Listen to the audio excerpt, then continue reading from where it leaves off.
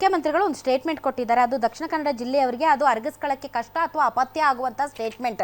ಏನು ಅಂತಂದರೆ, ಜಾತಿ ಧರ್ಮದ ಜಗಳದಲ್ಲಿ ದಕ್ಷಿಣ ಕನ್ನಡವೇ ನಂಬರ್ 1.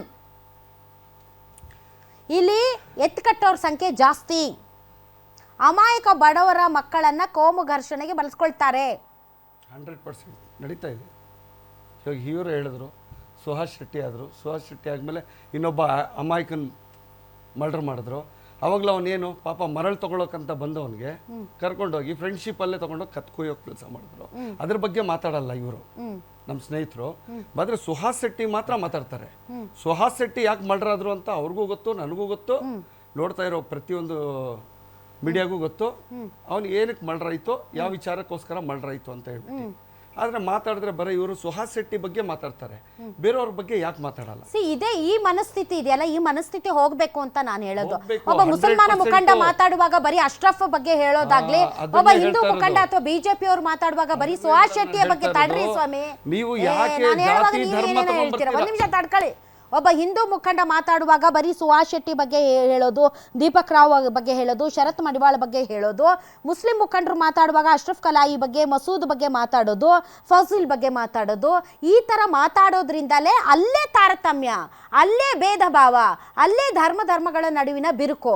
ಸೊ ಎಲ್ಲರೂ ಒಟ್ಟಾಗಿ ಒಮ್ಮತದಿಂದ ಯಾವ ಕೊಲೆಗಳು ಆಗಬಾರ್ದು, ಮನುಷ್ಯತ್ವ ಉಳಿಬೇಕು ಅನ್ನುವಂಥ ಮಾತುಗಳು ಯಾವಾಗ ಸೋಕಾಲ್ಡ್ ಬಿಜೆಪಿ ಅಥವಾ ಹಿಂದೂ ಮುಖಂಡರು ಅಥವಾ ಮುಸಲ್ಮಾನ ಮುಖಂಡರು, ಕಾಂಗ್ರೆಸ್ ಮುಖಂಡರ ಬಾಯಲ್ಲಿ ಬರಲ್ವೋ ಅಲ್ಲಿವರೆಗೆ ಹೊಡಿತಾರೆ ಆಳ್ತಾರೆ. ಇದು ನಮ್ಮ ಹಣೆ ಬರ. ಎಸ್ ಸುಂದರೇಶ್ ಅವರೇ, ಈಗ ಅವ್ರು ಹೇಳಿದರು ಏನು, ಕೇವಲ ಮುಸ್ಲಿಂ ಮುಖಂಡರ ಹೆಸರುಗಳದ್ದು ಬಂದಾಗ ತಗೊಳ್ತಾರೆ ಅಂತ. ನಾನು ಹೇಳೋದು, ಅವ್ರೇನು ತಪ್ಪು ಮಾಡಿದರು, ಅವನ್ನ ಕರ್ಕೊಂಡು ಹೋಗಿ ಕತ್ತನ್ನು ಕೊಯ್ದರು ಅಂತ. ಆ ರೀತಿ ಉದಾಹರಣೆ ಕೊಡೋದಾರೆ. ಪಾಪ ಕುಟ್ಟಪ್ಪ ಏನು ತಪ್ಪು ಮಾಡಿದ್ರು, ಅಮಾಯಕರಂತ ಯಾಕೆ ಹೇಳ್ತೀವಿ?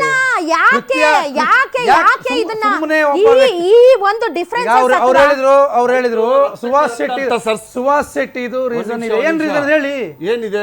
ಏನಿದೆ? ಫಾಜಿಲ್ ಮರ್ಡರ್ ಯಾರು ಮಾಡಿದ್ದು? ನಮ್ಮ ನೆಟ್ಟರ್ ಮರ್ಡರ್ ಯಾರು ಮಾಡಿದ್ರು?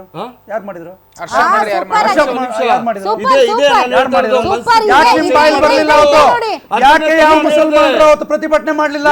ಯಾಕೆ ಆ ಮಸೀದಿಯಲ್ಲಿ ಕರ್ಸಿ ತಿಳುವಳಿಕೆ ನೀವು ಹೇಳಲಿಲ್ಲ? ಯಾಕೆ ಹೇಳಲಿಲ್ಲ? ನೀವು ನೋಡಿದ್ರ ಸುಹಾಸ್ ಶೆಟ್ಟಿ ಮಾಡಿ ನೋಡಿದ್ರ? ಹೌದು, ಕಲಿಸಿದ್ರೆ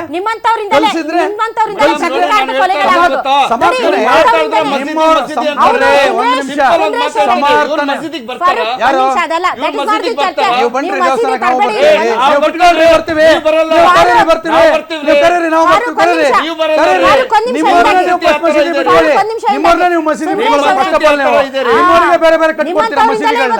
ನಮಗೆ ಹೇಳ್ತೀರಿ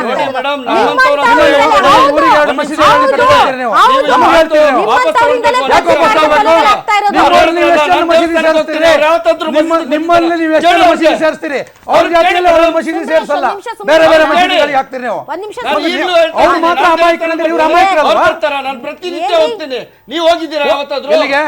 ಮಸೀದಿ ಹತ್ರ ಬಂದಿದ್ದೀರಾ? ನೋಡಿದ್ದೀರಾ? ನಿಮ್ಮ ಮಸೀದಿ ಕರೀರಿ, ಬರ್ತೀವಿ. ನಮ್ಮ ಧರ್ಮದ ನಾವು ಪಾಲನೆ. ನೀವು ಜಾಸ್ತಿ ಮಾತಾಡಬಾರ್ದು. ನಿಮ್ಮ ಮಾತ್ರ ಅಮಾಯಕರು, ನಮ್ಮವರಿಗೆ ಕೋಮವಾದಿಗಳು ತಿಳ್ಕೊಂಡು ನಮಾಜ್ ಮಾಡ್ತೀವಿ ನಾವು. ಬೇಡ ಅಂದ್ರೆ ನಿಮ್ಗೆ ಬೇಡ ಅಂದ್ರೆ ಏನ್ ತಿಳುವಳಿಕೆ ಇಲ್ಲ. ಅದೇ ನಮಾಜ್ ಮಾಡಿ ಬೀದಿ ಬೀದಿಲಿ ಕೊಲೆ ಮಾಡಿ ಅಂತ ಹೇಳ್ಕೊಂಡು ನಮಾಜ್ ಮಾಡೋದ ಅಮಾಯಕರು ನಿಮ್ಗೆ ಎಷ್ಟು ಹೇಳಿದ್ರು ಹಾರ್ಶ್ ವರ್ಡ್ಸ್ ನ ಯೂಸ್ ಮಾಡ್ಬೇಕಾಗುತ್ತೆ. ನೀವು ಹಿಂಗೆ ಬಿಹೇವ್ ಮಾಡಿದ್ರೆ ಒಂದ್ ಸ್ವಲ್ಪ ಹೇಳ್ತೀರಾ? ನಿಮ್ಮಂತವ್ರಿಂದಲೇ ರೀ ಪ್ರತೀಕಾರದ ಕೊಲೆಗಳು ನಡ್ತಾ ಇರೋದು. ನೀವು ನೀವು ಮುಸಲ್ಮಾನರು ಅಂತೀರಾ, ನೀವು ಹಿಂದೂಗಳು ಅಂತೀರಾ. ಮನುಷ್ಯರನ್ನ ಮನುಷ್ಯರಾಗಿ ನೋಡುವಂತ ಮನುಷ್ಯತ್ವ ಬೆಳೆಸ್ಕೊಳ್ಳಿ. ನಾಚಿಕೆ ಆಗ್ಬೇಕು ನಿಮ್ಗೆಲ್ಲ. ಜನ ನೋಡ್ತಿರ್ತಾರೆ ನಿಮ್ಮನ್ನ. ಒಂದ್ ನಿಮಿಷ ಮಾತಾಡ್ಬೇಡಿ ಫಾರೂಕ್, ಮಾತಾಡ್ಬೇಡಿ, ಸ್ಟಾಪ್. ಜನ ನೋಡ್ತಿದ್ದಾರೆ ನಿಮ್ಮನ್ನ. ಬರೀ ತಡ್ರಿ, ಒಂದ್ ನಿಮಿಷ ತಡ್ರಿ. ಇಡೀ ರಾಜ್ಯದ ಜನ ನಿಮ್ ನೋಡ್ತಾ ಇದ್ದಾರೆ ಡಿಸ್ಕಷನ್ ನ. ಹಿಂದೂಗಳನ್ನ ಯಾಕೆ ಕೊಲೆ ಮಾಡಿದ್ರು, ಮುಸಲ್ಮಾನರನ್ನ ಯಾಕೆ ಕೊಲೆ ಮಾಡಿದ್ರು ಅಂತ ನೀವೇ ಹಿಂಗ್ ಮಾತಾಡೋದಕ್ಕೆ ಈ ತರ ಪ್ರತಿಕ್ರಿಯೆ ಹೇಳ ನಿಮ್ಗೆ. 2017 ಜೂನ್ 21 ಅಶ್ರಫ್ ಕಲಾಯಿ ಹತ್ಯೆ, SDPI ಅವರು ಅದಕ್ಕೆ ಪ್ರತೀಕಾರ ಇವ್ರದು. ಶರತ್ ಮಡಿವಾಳ್ ಕೊಲೆ ಮಾಡಿದ್ರು. ಅದಾದ್ಮೇಲೆ ಅದಕ್ಕೆ ಮತ್ತೆ ದೀಪಕ್ ರಾವ್ ಹತ್ಯೆ, ಅದಾದ್ಮೇಲೆ ಬಶೀರ್ ಮಾಡ್ರು, ಅದಾದ್ಮೇಲೆ ಮಸೂದ್, ಆಮೇಲೆ ಪ್ರವೀಣ್ ನೆಟ್ಟರ್, ಆಮೇಲೆ ಫಾಜಿಲ್, ಆಮೇಲೆ ಇವರು ಯಾರು ನಮ್ಮ ಸುಹಾಸ್ ಶೆಟ್ಟಿ. ಏನಿದು ಸುಹಾಸ್ ಶೆಟ್ಟಿ ಕೊಲೆ? ತಡ್ರಿ ತಡ್ರಿ ಸುಹಾಸ್ ಶೆಟ್ಟಿ ಕೊಲೆ ಯಾಕೆ ಮಾಡಿದ್ರು, ಫಾಸಿಲ್ ಕೊಲೆ ಯಾಕೆ ಮಾಡಿದ್ರು, ಶರತ್ ಮಡಿವಾಳ್ ಕೊಲೆ ಯಾಕೆ ಮಾಡಿದ್ರು, ಬಶೀರ್ ಕೊಲೆ ಯಾಕೆ ಮಾಡಿದ್ರು? ಅಲ್ಲ ರೀ, ನಿಮ್ಮಂತವ್ರಿಂದಲೇ ರೀ ಪ್ರತಿಕಾರದ ಕೊಲೆಗಳು ನಡೀತಾ ಇರೋದು. ಬರೀ ಧರ್ಮದ ಪರವಾಗಿ ಮಾತಾಡಿ ಮುಖಂಡರು ಮತ್ತೆ ಆರ್ಎಸ್ಎಸ್ ಅವರು ಬಜರಂಗ ದಳದವರು ಇಲ್ಲೇ ಓಪನ್ ಚಾಲೆಂಜ್ ಮಾಡಿದ್ರು. ಇಡೀ ಪ್ರೋಗ್ರಾಮ್ ನೀವೇ ಮಾತಾಡಂಗಿಲ್ಲ